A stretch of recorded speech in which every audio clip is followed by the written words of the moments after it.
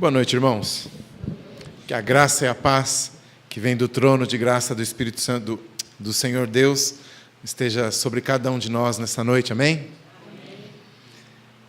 Queria convidá-los a abrir na primeira carta de Paulo aos Coríntios, ao contrário do que está na liturgia aí, primeira carta, no capítulo 5.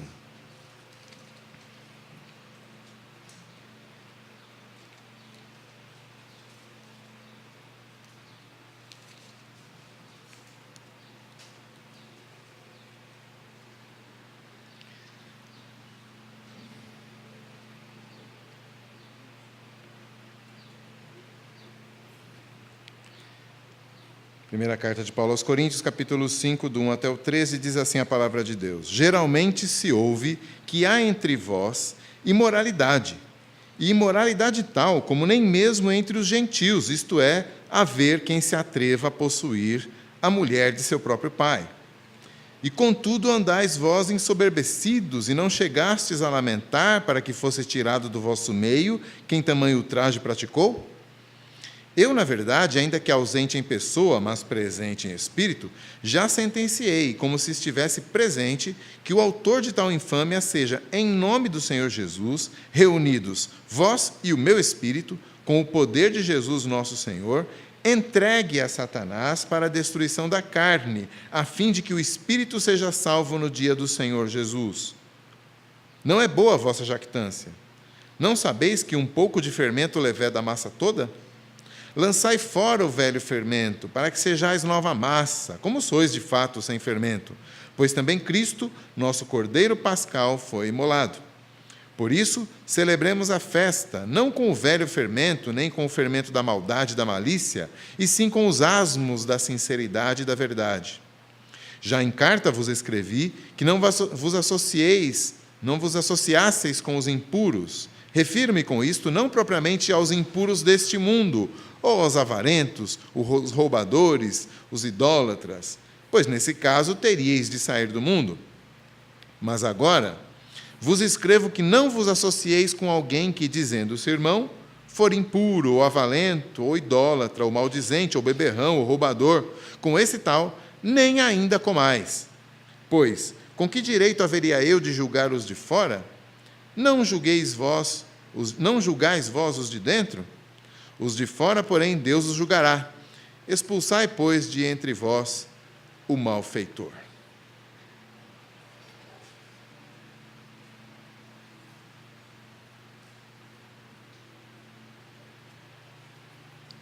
Cada vez mais dependente desse negocinho aqui. Impressionante, né? Meus irmãos, há uma enorme categoria de situações, de coisas, de atos e atitudes que a gente poderia classificar entre aquelas desagradáveis, mas necessárias. Os males necessários, né? Dentre os muitos itens que nós poderíamos colocar nessa categoria, um deles é a cirurgia. Por mais que a pessoa tenha um bom convênio, que tenha médicos confiáveis, experientes, por mais que as técnicas hoje em dia sejam tão modernas, não invasivas, tem uma lá que faz um furinho de cada lado, não precisa nem ponto na hora que a pessoa sai, né? Mas não tem jeito. Ninguém quer fazer uma cirurgia. Ninguém quer entrar na faca, né? Como o pessoal diz. Ninguém quer tomar uma anestesia, ainda mais se for aquela geral que o pessoal diz, né? Aí é que ninguém quer mesmo. Se der para evitar, geralmente as pessoas preferem evitar. Ou seja, cirurgia é o tipo de coisa que você só faz porque é necessário. É desagradável, você não queria fazer, você não planejou, não é o que você gostaria, mas se tiver que fazer, a gente faz. Aí o médico diz, olha, eu vou ter que operar esse tumor porque senão ele vai crescer. Eu vou ter que tirar esse câncer, porque senão ele vai fazer metástase, vai se espalhar pelo corpo, muito pior. Eu vou ter que tirar esse órgão porque ele não está funcionando, vamos ter que fazer um transplante. Eu vou ter que cortar esse tecido porque ele necrosou, e assim por diante. É sempre assim, eu vou ter que. Nunca é eu gostaria, eu queria. Nunca é o que a gente quer, uma cirurgia. É o que a gente precisa. Evitando um mal maior, normalmente. O apóstolo Paulo, que usa em vários dos seus escritos, inclusive nessa própria carta que acabamos de ler, o apóstolo Paulo que usa a figura de corpo para falar da igreja, se levarmos a sério essa figura, nesse capítulo 5 da primeira carta aos Coríntios, está falando de uma cirurgia. Ninguém quer. Não é gostoso. Não era o planejado. Mas o apóstolo Paulo está dizendo, nesse momento, é o que esse corpo precisa. O tecido está necrosado. Há um risco de vida. Há um perigo de metástase, de contaminação. É necessária a cirurgia. Não tem outro jeito, diz o Dr. Paulo a respeito deste corpo. Que corpo é esse? O corpo aqui, no caso, é a igreja de Corinto. Nós sabemos pelos relatos de Lucas, lá em Atos capítulo 18, que Paulo, nas suas viagens, passou pela cidade de Corinto, ficou ali 1 ano e meio evangelizando, primeiro os judeus, com a rejeição dos judeus também ensinando a gregos, evangelizando a gregos, né, ou seja, aos gentios. E depois desses 18 meses, então, ele, como era de seu costume, viaja para uma próxima cidade para ali também evangelizar, onde ninguém havia estado ainda. Esse era o ministério de Paulo, essa era a visão de ministério dele. Deixando na cidade para cuidar da igreja que tinha acabado de nascer, Priscila, Áquila, e depois contando ainda com o auxílio de Apolo. Só que depois de alguns anos, não sabemos exatamente quantos, talvez 3 anos, Paulo recebe algumas notícias preocupantes da igreja de Corinto. Algumas notícias preocupantes chegam até ele, chegam também algumas perguntas a ele, e ele então percebe que a situação é tão urgente que não dá para esperar que ele pudesse ter um tempo e viajar até novamente aquela cidade para corrigir, para ensinar, para resolver os problemas que estavam acontecendo pessoalmente. Então ele envia a carta com aquilo que era mais urgente, não dá para esperar, tem que tratar. É como cirurgia. Descobriu, tem uma infecção, tem que retirar, não tem jeito. E ele, então, está tratando dos diversos problemas daquela igreja nesta carta, e um desses muitos problemas é um caso flagrante de imoralidade sexual. Essa expressão imoralidade que ele usa aí no primeiro versículo, 2 vezes, né? Geralmente se ouve que entre vós há imoralidade e imoralidade tal. Essa palavra imoralidade no grego é porneia. E por que eu estou dizendo do grego aqui? Porque essa palavra vem do grego para a nossa língua como um sufixo, né? Aquela partícula que nós usamos para compor com outras palavras. E a gente usa essa palavra grega na palavra pornografia, por exemplo. Então, é essa palavra que está por detrás dessa imoralidade que Paulo está apontando naquela igreja. E que imoralidade era essa? Que porneia era essa? Um homem da igreja tinha se ajuntado, digamos assim, à sua própria madrasta. Pelo menos, essa é a melhor interpretação dessa expressão que Paulo usa, a mulher de seu próprio pai. Em hebraico não havia essa palavra madrasta, então é possível que Paulo estivesse usando essa expressão, mesmo em grego, por causa da sua mentalidade, da sua formação hebraica, né? A mulher do pai é a madrasta. Esse tipo de relacionamento, que nós chamamos hoje em dia de incestuoso, né? Um incesto, era proibida lá na lei de Moisés, pelo menos há 4 ou talvez 5 referências a isso, tanto em Levítico 2 quanto em Deuteronômio 2 também. A pena era o apedrejamento do casal que tivesse cometido incesto lá na lei mosaica. Mas, como se não bastasse isso, Paulo indica que nem mesmo naquela sociedade pagã, greco-romana, onde eles viviam, nem mesmo lá isso era considerado comum, normal ou aceitável, né? Ele diz: eu tenho ouvido isso de vocês, que há esse tipo de moralidade aí na igreja, e isso é uma coisa que não ocorre nem entre os gentios, né? Ele fala, nem mesmo entre os pagãos, entre os gentios, isso é comum. Não há muitas informações a respeito, a não ser essas que nós já lemos. No entanto, a ausência de instruções sobre como lidar com a mulher, com a madrasta, né? Paulo fala apenas do homem. Isso nos dá uma dica de que possivelmente a mulher não fosse membro da igreja. Quer dizer, a igreja ia poder tratar apenas com o homem, né? O rapaz lá, que era membro da igreja com certeza. O texto também não dá nenhuma explicação sobre o estado do pai desse rapaz, o primeiro marido dessa mulher, se ela era viúva, né, o pai dele havia falecido, ou se eles tinham divorciado e ele então tinha se ajuntado com a sua madrasta divorciada. Não sabemos de nada disso. Algumas coisas, no entanto, são claras no texto. A primeira delas é que aquilo já estava acontecendo há algum tempo. Não é que uma vez aconteceu e as pessoas ficaram sabendo, Paulo lá em outra cidade ficou sabendo, não.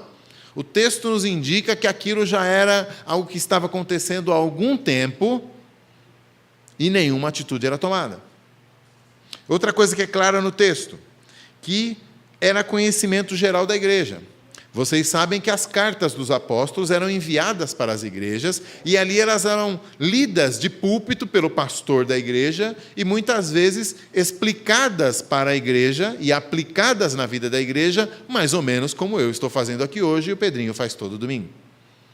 Então, Paulo não está aqui pegando um assunto particular de um irmão lá que ninguém estava sabendo e colocando, expondo, né, para todos. Não, era um assunto que todo mundo já sabia na igreja, que as pessoas comentavam nos corredores, que as pessoas comentavam no cafezinho, mas ninguém tomava atitude nenhuma.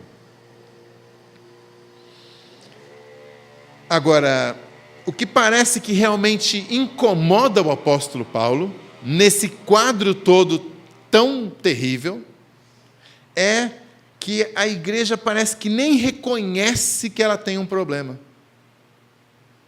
Então, não estamos sabendo de nada, está tudo tranquilo, não tem nenhum problema acontecendo aqui. Ele diz no versículo 2, contudo, depois de escrever o quadro lá, ele diz assim, contudo, andais vós ensoberbecidos, e nem chegastes a lamentar. Ensoberbecidos é orgulhosos. Paulo estava indignado porque aquela igreja, manchada por uma situação tão deplorável de incesto dentro da igreja, e ainda assim estavam lá, de nariz em pé, orgulhosos, sei lá de quê. Aliás, é uma boa pergunta.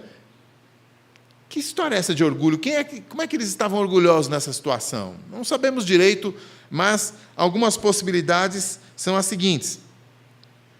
Em primeiro lugar, Paulo poderia estar diagnosticando que o orgulho espiritual que era característico daquela igreja, vocês se lembram, é nessa igreja em que cada um queria ter um dom mais bonito que o outro, um falava em línguas no meio do culto, atrapalhando tudo, o outro queria fazer um milagre, e estava aquela coisa. E eles usavam os dons com orgulho. Então, talvez o que Paulo esteja dizendo é o seguinte, olha, o orgulho de vocês, o orgulho espiritual de vocês, a soberba, é tanta que isso está impedindo vocês de verem o quanto vocês estão sendo falhos, o quanto há miséria espiritual no meio da igreja.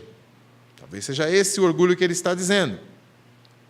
Ou então, Paulo podia estar dizendo que eles não estavam abandonando a soberba, nem mesmo tendo uma situação daquela na igreja. Quer dizer, há uma imoralidade aí e vocês ainda assim continuam orgulhosos. Talvez seja essa a relação entre orgulho e imoralidade que Paulo está acusando.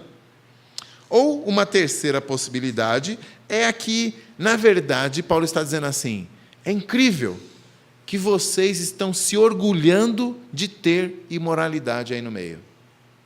Essa parece até que é a mais grave, né? E não é improvável, não. É como se eles estivessem argumentando. Olha como nós somos espirituais.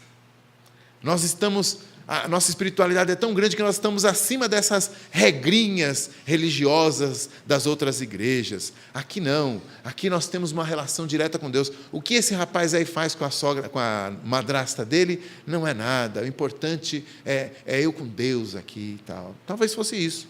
Eles eram até mesmo orgulhosos de aceitarem em seu meio uma situação de imoralidade. Lembrem-se, é para essa igreja que Paulo diz, né?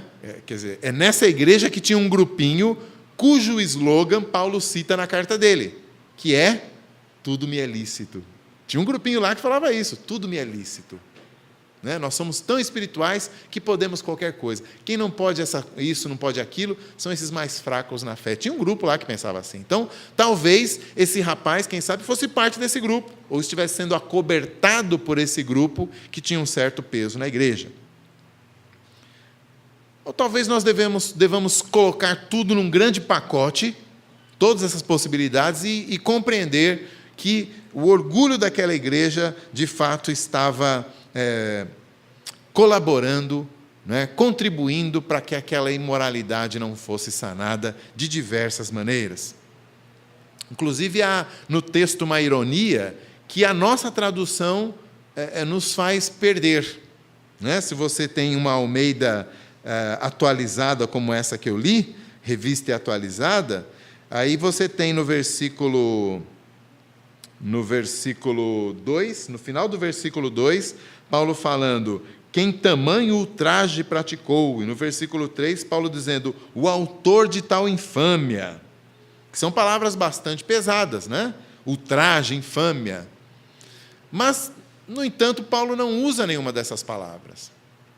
Mais próxima da tradução, a tradução mais literal, está na Almeida Revista e Corrigida, aquela que os nossos irmãos pentecostais gostam de usar, né? Nós não usamos tanto. Lá eles traduzem por aquele que praticou tal ato. Ponto. Paulo não está dizendo que é uma infâmia, não está dizendo que é ultrajante, nem nada, está dizendo aquele que cometeu tal ato. Mas uma tradução melhor ainda é obra. É essa palavra que Paulo usa lá. A mesma palavra que ele usa, por exemplo, no capítulo 3, quando ele diz assim, que cada um vai ser julgado pela obra que vai fazer. Um vai fazer uma obra em palha, outro vai fazer uma obra em ouro para o Senhor. Na obra do Senhor, cada um vai fazer uma coisa. Obra.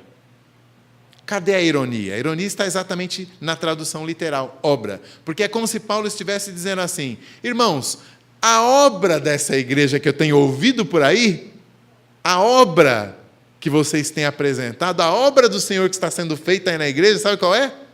Imoralidade. E aí nós conseguimos pegar a ironia de Paulo ao falar desta forma, né?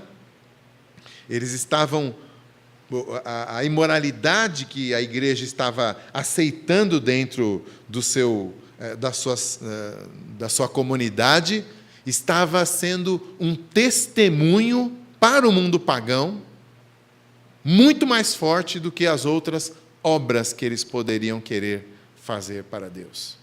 A obra que aparecia deles era a imoralidade. Em todo caso, é importante percebermos, meus irmãos, que Paulo não está apenas dizendo que o problema daquela igreja lá de Corinto era esse rapaz com a sua madrasta. Não.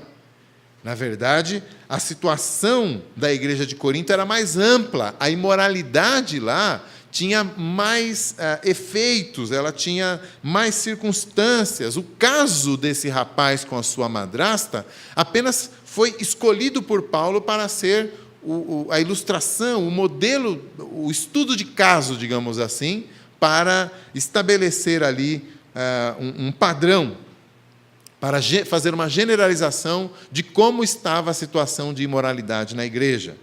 A prova de que ele não era um caso único, pelo contrário, era algo que já estava frequente na igreja, a prova disso é que no próximo capítulo, capítulo 6, Paulo fala que alguns daqueles irmãos lá da igreja de Corinto já tinham se envolvido com prostituição, com homossexualismo, mas tinham sido lavados pelo sangue de Cristo e agora eram nova criatura e precisavam viver de modo diferente.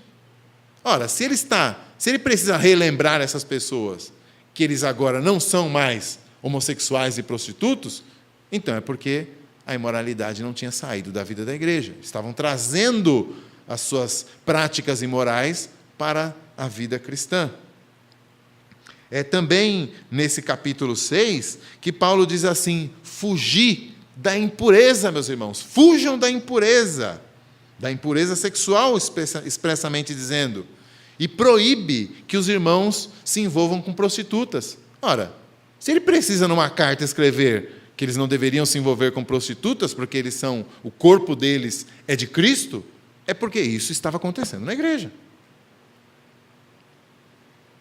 E por fim, na segunda carta que ele envia, lá no capítulo 12, ele sugere que ainda havia irmãos que ainda não haviam se arrependido da impureza, da prostituição e da lascívia, e ele diz: se vocês não se arrependerem até o dia que eu conseguir ir aí visitar a igreja pessoalmente, eu serei duro.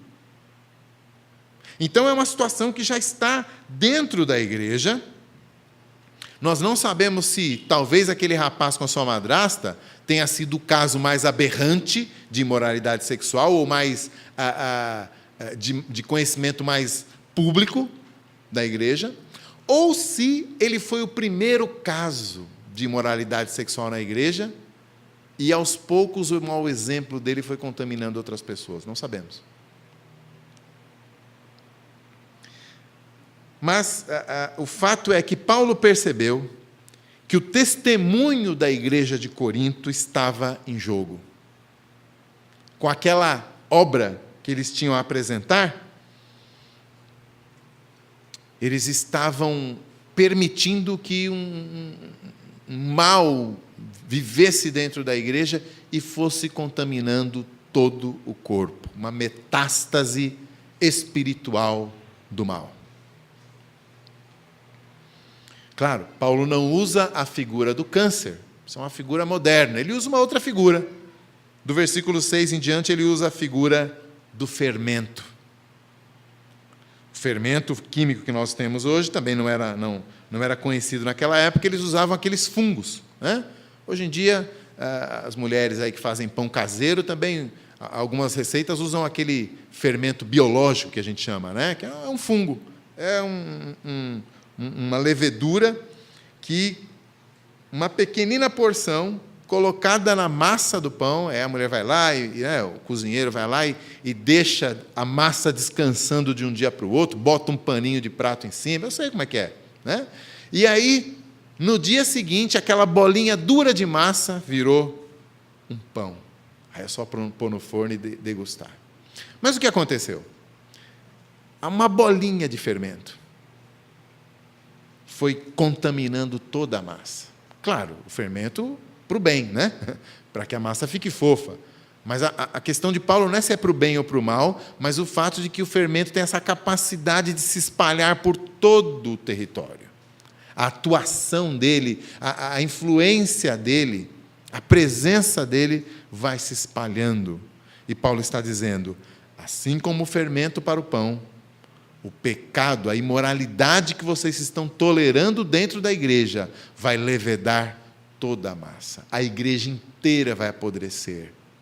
Ou, se você preferir a minha figura moderna, a metástase vai pegar o corpo todo.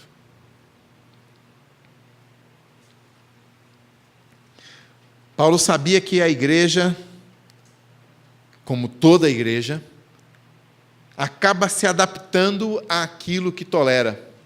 Começa com tolerar, depois chega a se adaptar. Dali a pouco, a indiferença se instala e, daí para frente, é somente a desgraça. Falhar em tomar uma posição contra a imoralidade acabaria levando à contaminação espiritual de toda a igreja, e a imoralidade, então, se tornaria não a exceção, mas a regra. Os coríntios, assim como nós, tinham sido chamados por Cristo a viver uma vida cristã, santa, não em alguma colônia, não em um mosteiro, não no isolamento, mas no mundo, numa cultura pagã, numa cultura da onde eles mesmos tinham sido arrancados pela atuação do Espírito Santo, de uma influência da qual eles tinham sido lavados pelo sangue de Cristo, mas eles não iam sendo convertidos e subindo diretamente para o céu. Eles continuavam na cidade de Corinto, nessa cidade cheia de promiscuidade. Esse é o processo natural da vida cristã. Nós somos... O mundo pode ser... Nós somos tirados do mundo, mas não saímos do mundo, nós continuamos aqui. O próprio Senhor Jesus, antes da sua crucificação, ora pelos seus discípulos, dizendo assim: não peço que os tires do mundo, mas livre-os do mal. No entanto, os irmãos de Corinto acabaram cedendo à pressão de se conformar com a imoralidade que era tão comum em sua sociedade. Eles tinham chegado já ao ponto de uma imoralidade que nem na sociedade onde eles estavam inseridos era vista com tanta frequência. Meus irmãos, como é que a gente pode viver uma vida moral em um mundo imoral? O drama da igreja de Corinto não é um drama só deles, nem daquela época, nem daquele lugar. É um drama de todas as igrejas cristãs, da nossa. Como é que a gente vive nesse mundo imoral?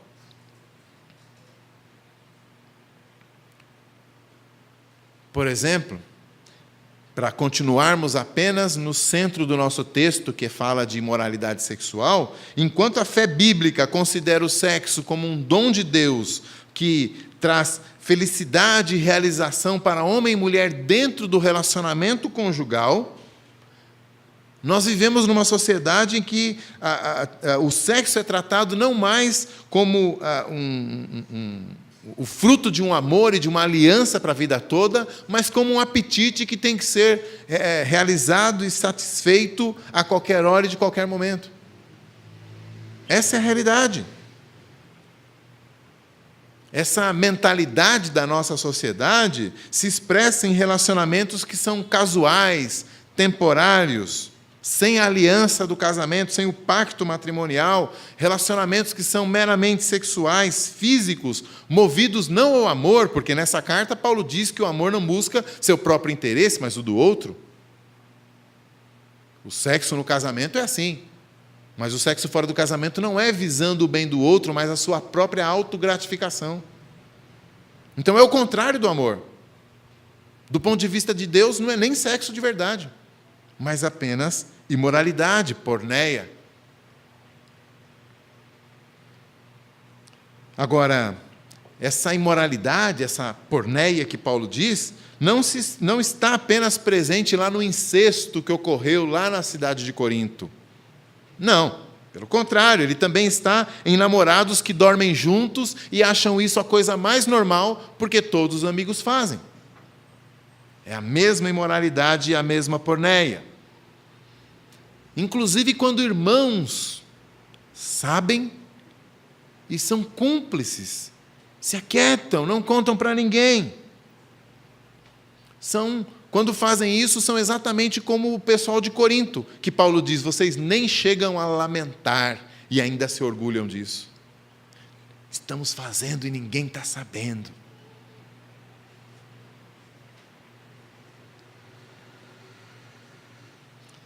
Essa imoralidade não está apenas na prostituição da qual aqueles irmãos tinham sido tirados, mas também está em baladas onde adolescentes que ainda nem têm corpos amadurecidos e adultos ainda, mas já se agarram e se esfregam uns aos outros e acham isso normal, porque afinal de contas, até às vezes os pais acham que é da idade mesmo.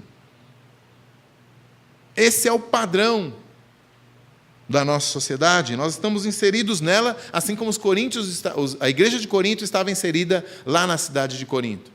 Eles cederam à pressão e começaram a se conformar ao mundo. Como é que nós vamos fazer?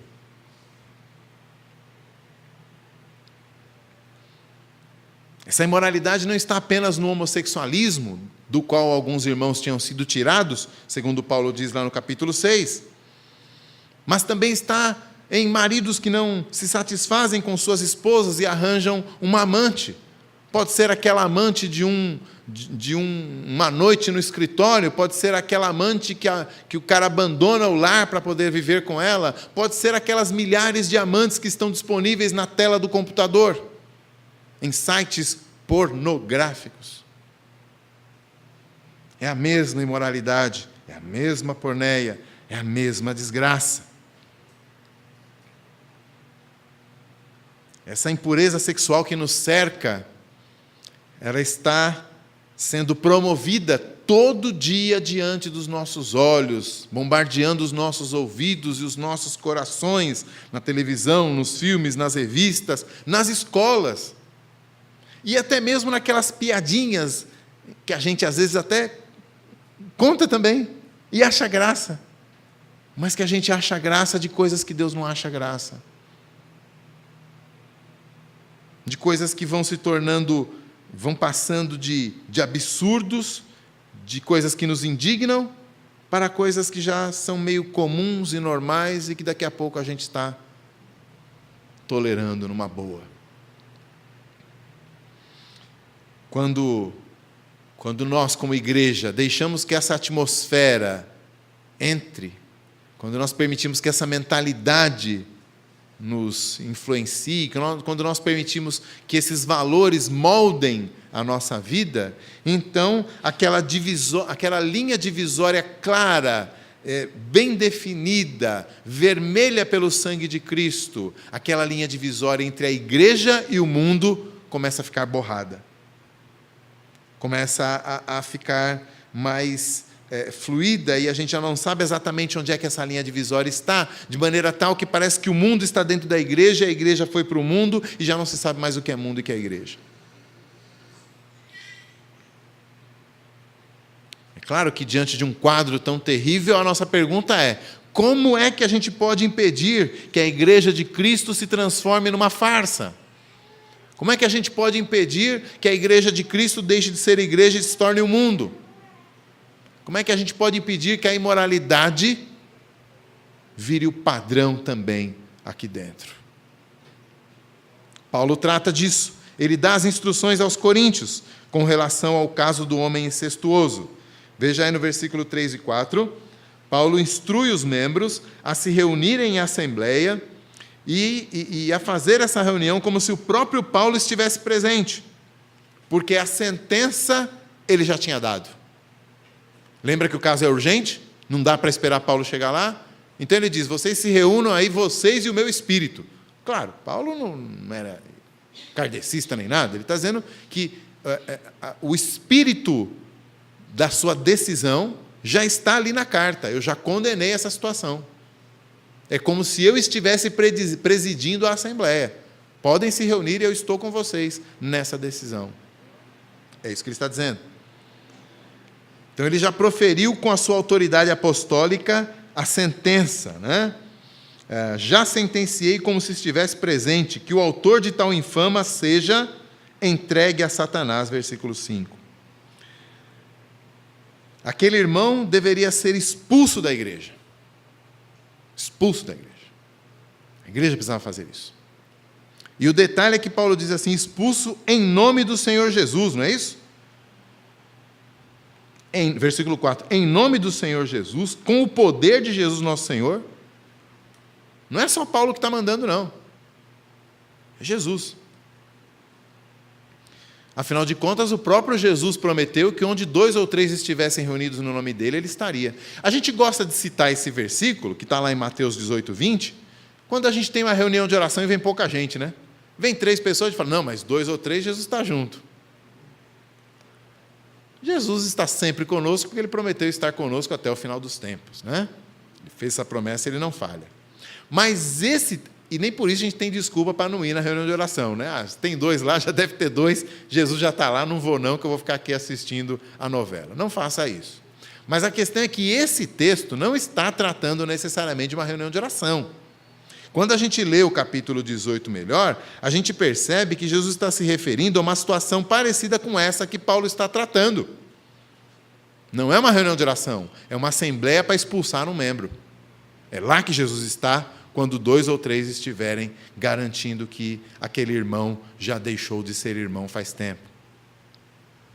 Veja que, lá em Mateus 18, do 15 até o 20, Jesus dá uma sequência de atitudes da igreja para com o pecado de um irmão.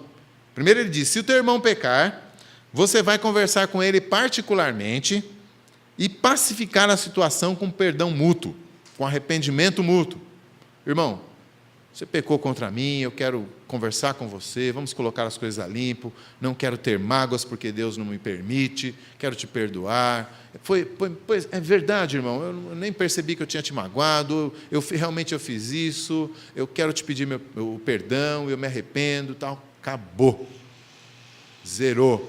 Nós não estamos autorizados a guardar mágoas dos nossos irmãos, porque Cristo morreu por eles. No entanto, Jesus continua dizendo assim, mas se o teu irmão não se arrepender, então você chama testemunhas. Quantas? 2 ou 3. Lembra? Onde 2 ou 3 estiverem? Chame as testemunhas. Então, na lei mosaica, quando você tinha um crime, você tinha que ter 2 testemunhas para condenar o acusado. É desde lá que vem esse hábito. 2 ou 3 testemunhas. Então Jesus diz, se ele não se arrepender, chame testemunhas. Qual é o objetivo? Esclarecer toda a verdade para que, de fato, aquela paz venha. Arrependimento, perdão, acabou. Eu entendi. Poxa, eu tinha entendido errado. Eu fiquei sabendo errado.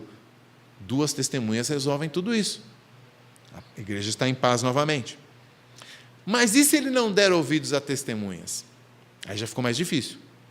Você já foi até onde você podia ir para buscar a paz.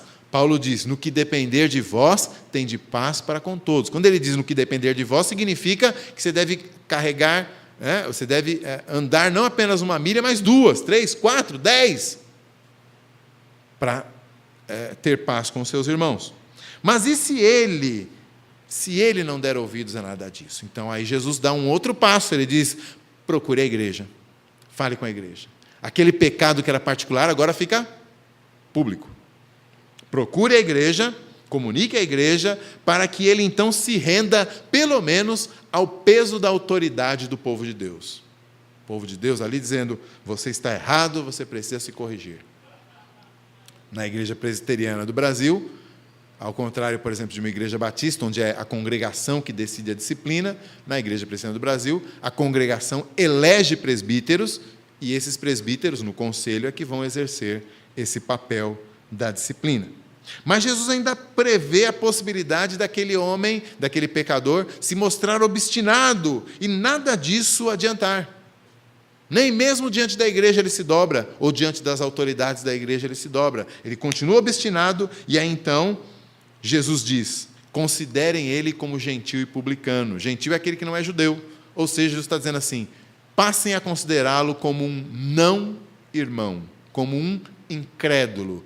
Em outras palavras, exatamente o que Paulo está dizendo, expulsem ele da igreja. E aí Jesus termina aquele texto dizendo assim, o que vocês desligarem aqui, eu vou desligar no céu. Ou seja, vocês desligaram ele da igreja aqui, então Deus vai passar a considerá-lo como não crente também. É isso que Jesus está dizendo. Então, com base nessa sequência de atitudes descritas por Jesus, nesses 4 passos que ele manda dar, nós podemos imaginar que, naquele caso de incesto lá na igreja de Corinto, aqueles irmãos mais próximos daquele rapaz já tinham chegado nele e falado assim, rapaz, você está fazendo isso, nem os ímpios fazem. Que imoralidade é essa que você está vivendo, rapaz? Não faça isso. Mas ele não se deteve. Eles chamaram já as testemunhas, todo mundo vê, rapaz, olha o que você está fazendo, os jovens da igreja estão começando a viver de maneira imoral, porque você está aí fazendo isso, rapaz. As famílias aí, tem um rapaz que já largou a mulher, está virando uma bagunça na igreja. Tem gente lá de fora que está falando mal da nossa igreja, não faça isso, se arrependa. Mas ele continuou. E aí então é possível que até mesmo a liderança da igreja tenha sido chamada, e ainda assim ele não atendeu aos presbíteros da igreja. Só que os presbíteros pararam aqui. E agora o que a gente faz? Como assim? É só seguir os passos de Jesus. Mas eles preferem escrever para Paulo, né? Pedir a ajuda de Paulo. E aí Paulo então escreve, vão até o final como Jesus mandou. Reúnam vocês aí em nome de Jesus, no poder de Jesus, eu estou com vocês nessa. Expulsem ele. As palavras de Paulo não poderiam ser mais fortes a respeito dessa situação. Ele diz que expulsar da igreja é igual a, versículo 5, entregar a Satanás. Veja, não é que a igreja salve ou tire a salvação de alguém. Não. É que as bênçãos temporais de Deus sobre o seu povo podem ser tiradas e colocadas por Deus de acordo com o seu pacto. Quando nós fazemos profissão de fé, por exemplo, para sermos batizados, ou trazemos nossos filhos para o batismo, geralmente nós explicamos isso, né? Olha, o batismo não salva a criança, não salva o adulto, mas o batismo sela o pacto de Deus, a aliança de Deus sobre essa pessoa. E as bênçãos do pacto de Deus vêm sobre essa pessoa. Quando a igreja expulsa alguém da igreja, do hall de membros, né, expulsa alguém da comunidade, essa igreja está dizendo, esse já não é mais irmão, ele já não está mais debaixo do pacto. A igreja não consegue dizer se ele é salvo ou não, mas pelos frutos ela conhece e diz, ele não é irmão, eu vou tratá-lo como gentio e publicano. Ele já não é mais parte da igreja, e portanto Deus desliga lá no céu o que foi desligado aqui. Ele desliga as bênçãos espirituais, temporais, a que essa pessoa recebia quando ela estava debaixo desse guarda-chuva da aliança, da graça de Deus, que está no povo da aliança, não está lá fora. Então, a igreja estaria rompendo o laço pactual que foi estabelecido desde o batismo com aquela pessoa, e ela agora estava sem as garantias pactuais na sua vida. E isso significa que o cristão que não se arrepende não está apenas agindo como incrédulo, mas ele também passa a ser tratado por Deus como incrédulo. Foi desligado no céu. Olha a gravidade disso, meus irmãos. Olha a gravidade disso. O que nos faz pensar? O que nos faz pensar? Na IPB, os responsáveis por ligar alguém ou desligar alguém são os presbíteros, o conselho da igreja, que vocês votam.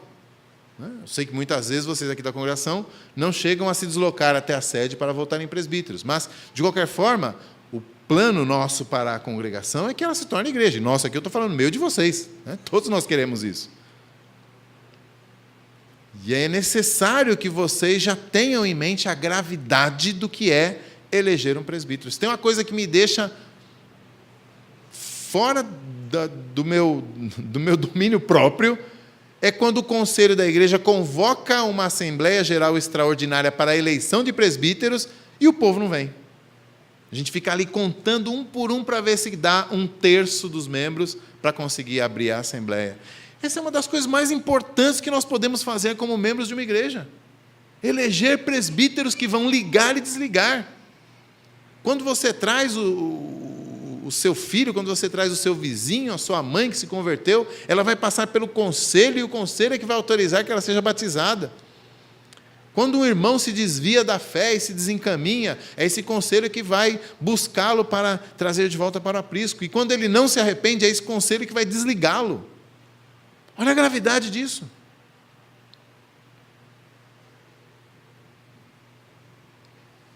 Olha a gravidade dos votos que nós fazemos ao sermos batizados.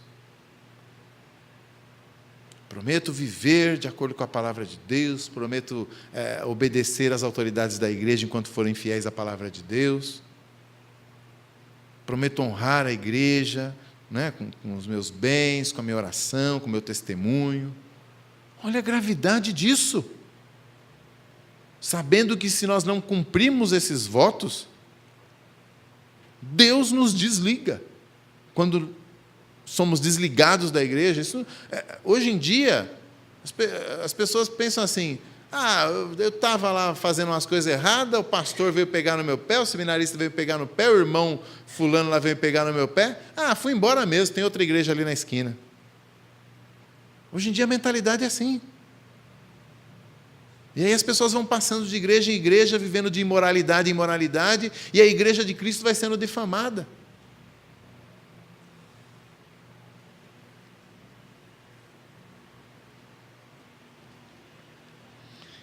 No entanto, é importante lembrarmos, meus irmãos, ou percebermos que Paulo não via a expulsão da igreja como um simples castigo. Não, para Paulo havia alguma coisa a mais acontecendo. Paulo via um propósito redentor ou redentivo na expulsão daquele irmão impenitente. Ele diz assim, versículo 5, entregue a Satanás para a destruição do corpo, né? A fim de que o espírito seja salvo no dia do Senhor. Em outras palavras, havia uma expectativa, havia uma esperança, a última esperança de Paulo. Ele diz assim, olha, já fizemos tudo o que a gente podia, já não está mais conosco. Nós só podemos tirá-lo do meio da igreja para que o testemunho da igreja não decaia de vez. Mas nós ainda temos a esperança de que Deus, retirando as proteções pactuais da vida desse homem, deixando ele à mercê de Satanás na sua vida, Satanás o castigue de tal maneira, o destrua de tal maneira, que ele ainda venha a se arrepender. Ah, se Deus usar Satanás, porque Deus é soberano para isso, se Deus usar a fúria de Satanás sobre esse homem, para ainda assim, nem que seja no último momento, fazer com que ele se volte para a cruz de Cristo novamente. Porque se ele fizer isso, ele é fiel e justo para nos perdoar dos pecados, diz o apóstolo João. Essa é a esperança do apóstolo Paulo. E por fim ele menciona uma outra carta no versículo 9, que havia sido mal interpretada pelos coríntios. Naquela outra carta, que nunca chegou até nós, né, Deus preservou alguns escritos de Paulo, mas não preservou todos. Né?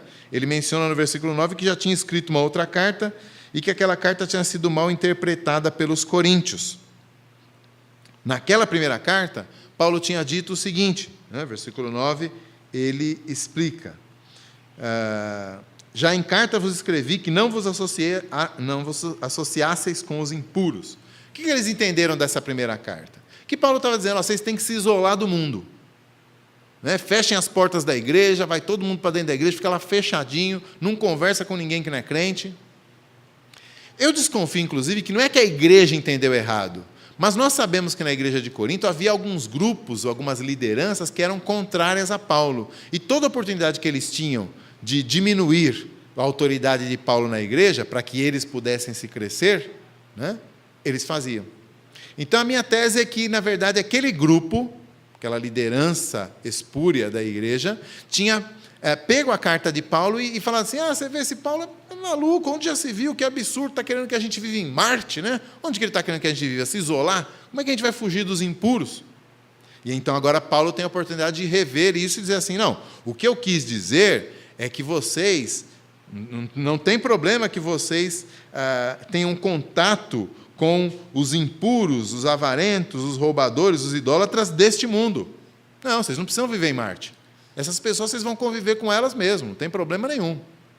O problema é aquele que se diz crente e é um desses. Esse é o problema, é esse que vocês devem isolar, é esse que vocês não devem ter contato. Ele diz, nem comam com ele. Ou seja, não tenham comunhão com essa pessoa. Então, se ela se diz cristão, mas continua agindo de acordo com os padrões morais ou imorais da sociedade, então ele tem que ser tirado do nosso meio, nós não devemos conviver com isso. O padrão de Paulo aqui, meus irmãos, pode nos enganar, dá a impressão que ele está dizendo assim, que há um duplo padrão, né? Você tem uma tolerância, uma paciência com os de fora, que você não tem com os de dentro.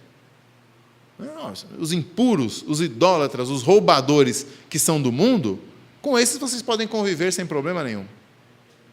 Vocês só não podem conviver com quem se diz crente e é idólatra, impuro, roubador, fofoqueiro, né? Ele bota uma lista aí. O que Paulo está querendo dizer aqui? Na verdade, para o nosso testemunho, muitas vezes, você talvez até já tenha ouvido isso de algum amigo, de algum conhecido, Muitas vezes as pessoas dizem assim: eu não gosto de crente, não gosto de evangelho, qualquer nome que a pessoa dê, porque vocês são muito julgadores. Né? Pessoas geralmente têm uma vida imoral, e elas dizem: eu não gosto de conversar com cristão, porque eles são muito julgadores, estão sempre julgando, apontando o dedo para a gente. Sabe que eles estão certos? Sabe que eles estão certos? Porque Paulo está dizendo o seguinte: essa imoralidade é comum lá fora. Para eles, nós precisamos apresentar um testemunho de moralidade. Mas, para isso, nós temos que expulsar do nosso meio a imoralidade.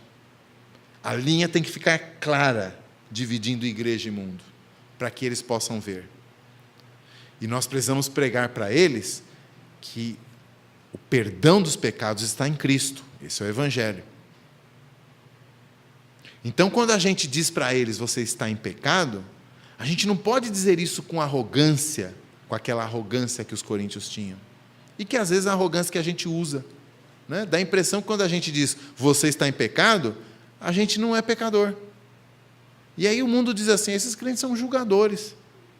E mais, eles ainda sabem que entre nós mesmos, a gente tem uma certa cumplicidade, um certo coleguismo, que a gente finge que não vê os problemas da igreja.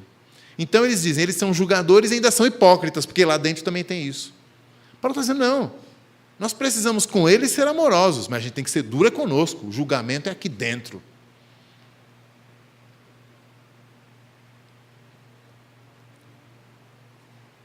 Então Paulo está preocupado com o testemunho da igreja perante o mundo pagão, meus irmãos.